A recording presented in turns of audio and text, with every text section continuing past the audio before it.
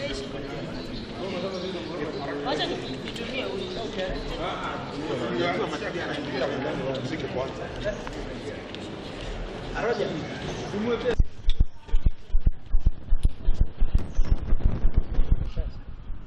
afternoon, members of the Fourth Estate.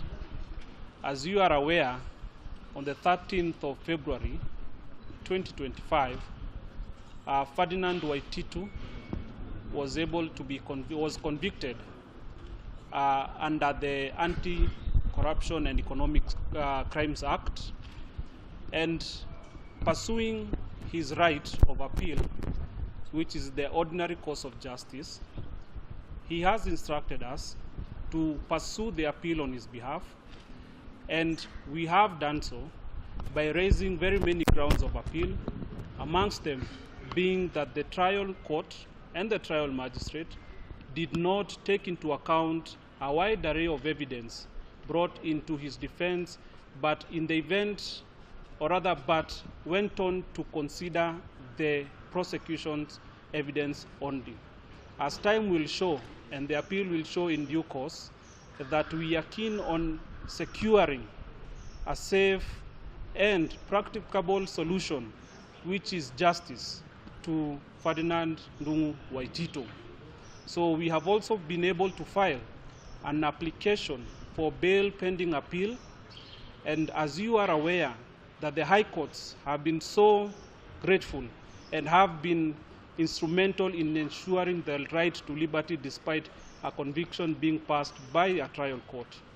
Therefore, we have moved the court under the same provisions, asking and demonstrating to the court that Ferdinand Ndung'u Waititu, as he is, being a convict, has the right to liberty, which the Constitution of Kenya secures and guarantees every right, or rather guarantees every person of that right.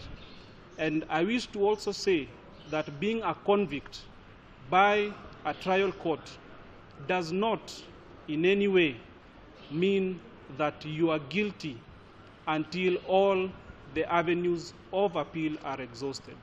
Thank you. The state. My brother Stanley Kinyanjui has quite summarized the events of the 13th day of February 2025. Now, over the weekend and from when the court rendered its decision, we've had an opportunity of going through the entire judgment, the 212 pages judgment, and the conviction as rendered by the trial court on the 13th day of February 2025. And there are a number of issues that have come to light, which have given us the encouragement that indeed there is the wisdom in having the number of courts up above the subordinate courts, so that the High Court can have an opportunity of going through the record again and appreciating that indeed there are a number of mistakes that have been committed. In our memorandum of appeal dated the 14th day of February 2025, we have come up with numerous grounds of appeal to suggest that indeed there is an arguable case that we can make at the appellate stage, so that we can have the judgment, or rather the decision to convict and sentence Honorable Ferdinand Ndung'u Waititu, alias Babayao, set aside or disturbed for that matter. Over and above that, there are numerous exceptional circumstances that will ordinarily warrant the release of Ferdinand Babayao Waititu on cash bail or bond pending the hearing and determination of the appeal that we have filed. As you are well aware, on 14th day of February, when you are celebrating your Valentine's Day, Babayao was taken ill at the Kenyatta National Hospital, and he's since been recommended some medicines so that he can tone down some of these challenges have now.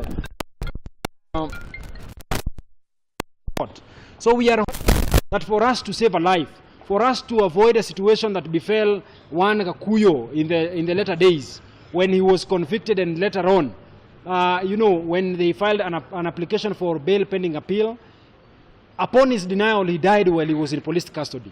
So we are hoping that the court, at the very least, will first make a declaration of the appeal that we have filed, so that in the fullness of time we are going to persuade the court that indeed there are errors that were made by the trial court that would disturb or lead to the disturbing of the finding of the conviction and the sentence that was handed down to Ferdinand Waititu, Baba Yao. Thank you. It's at, and I wish to say this. In the trial before the subordinate court, Baba Yao was being represented by a different team of lawyers up till the conviction was obtained. It is only after the conviction that we were instructed to come on board to see to it that we analyze, sift through the evidence that was tendered before the subordinate court for us to come up with grounds and see if those grounds merit an appeal. Now, we have since perused the proceedings and judgment of the court, including the sentence, and we have come up with one singular decision and opinion that this is a case that merits an appeal, which appeal has already been filed. And alongside that appeal, we have also equally filed an application for bond. What that means is that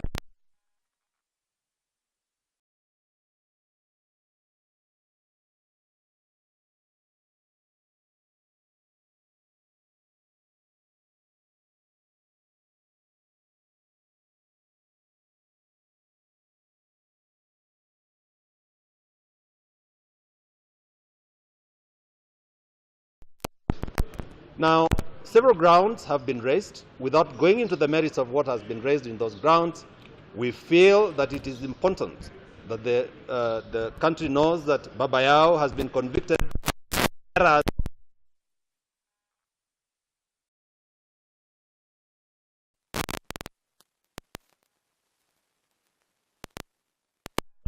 from our standpoint.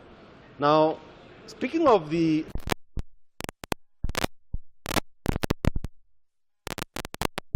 any convict to ventilate an appeal, and as that appeal is being presented and being heard, the law provides under Section 357, which have moved, that is the Criminal Procedure Code, that that party can be granted terms.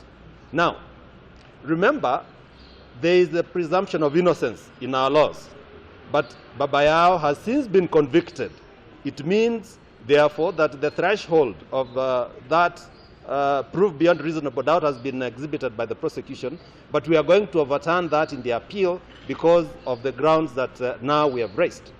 What presents therefore is that in the fullness of time, when the appeal is going to be processed, we shall be able to analyze clause by clause of that judgment to pick those points or pointers that the trial magistrate erred in law, and even in fact, because from a lay point of view, is that there are several anomalies that befell the analysis and the evidence that was tendered in by the trial magistrate, and that is why we are before the appellate court.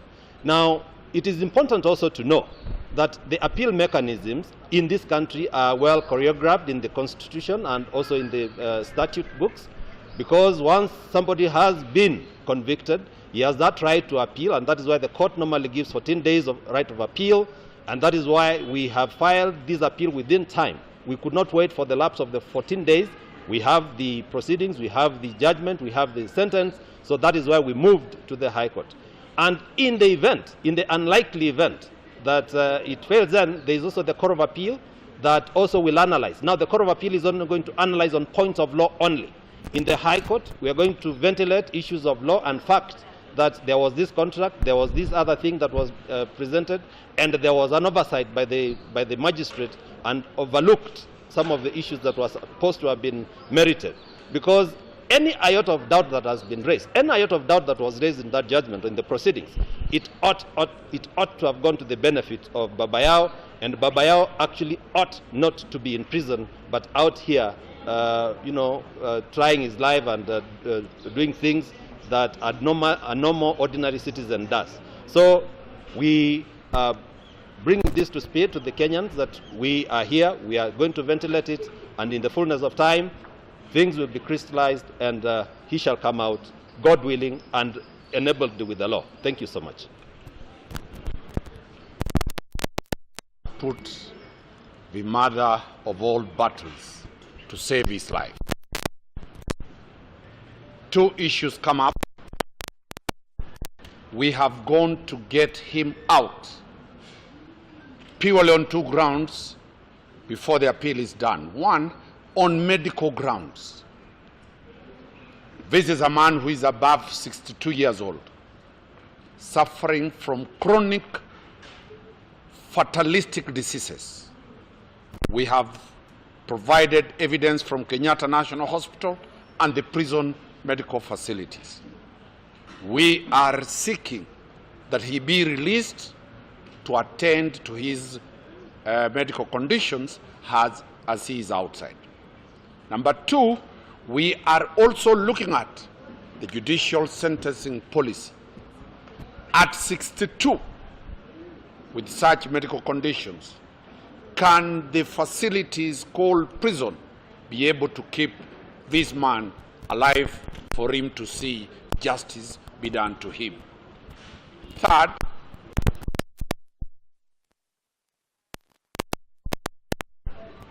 this appeal raises over 57 grounds to ensure that the Court of Appeal has released people who have been convicted by the ethics anti-corruption courts. So we are relying, for example, on the Waluke matter. For example, this was the team that was part of the Waluke defense team, and we hope that we will be seeing Baba Yao coming out very fast so that he can continue with his life.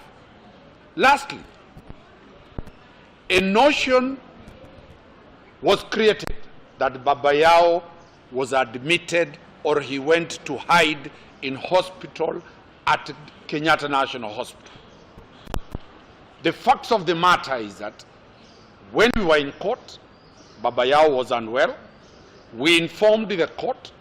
The court gave directions for Baba Yao to be taken to hospital. We were called as his team, defense team. We went with Baba Yao to Kenyatta National Hospital. The doctors wanted to detain him, but we advised that if he can be stabilized, so that there is nothing called preferential treatment for Baba Yao. He is a legislator, he's a politician, he's a citizen, former governor. Let him go and sleep in prison like anybody. As we are talking like this, Baba Yao is undergoing medical treatment at Industrial Area Prison. He's not at Kenyatta National Hospital. We hope the court will be moved with the facts that we have given to be able to give us a date to argue the application for bail, and we hope, because this is a special wing of the High Court, the Anti-Corruption Division, we hope that by next week or this week we shall be arguing for the release of Baba Yao. Kwa wale ambao ni